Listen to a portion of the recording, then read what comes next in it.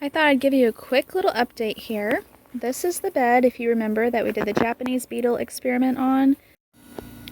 I'll link the video in the description box below or up here in the card about the Japanese beetle experiment if you're interested.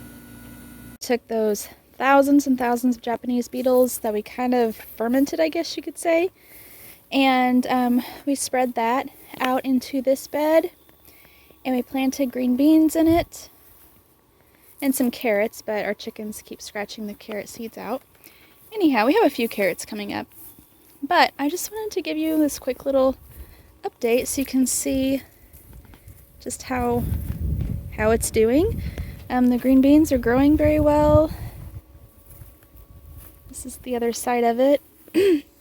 We have a couple different kinds of green beans in here. We have Cherokee yellow wax beans, as well as, I think, Blue Lake, I don't remember.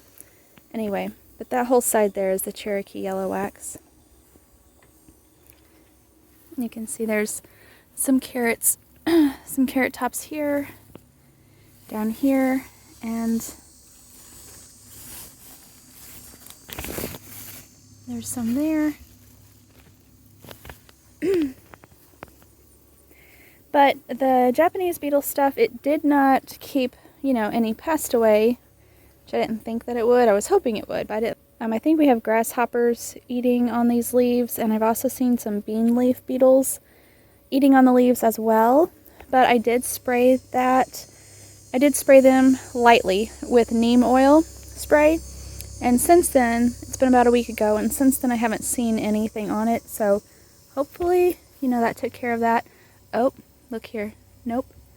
It just flew. There's a cucumber beetle right there. Maybe I need to spray again, because cucumber beetles are on it now. But anyway, so there you go. In case you were interested, that is how they are doing. You can see here, I just noticed this. Starting to get some little flower buds, so these will start producing green beans soon, hopefully.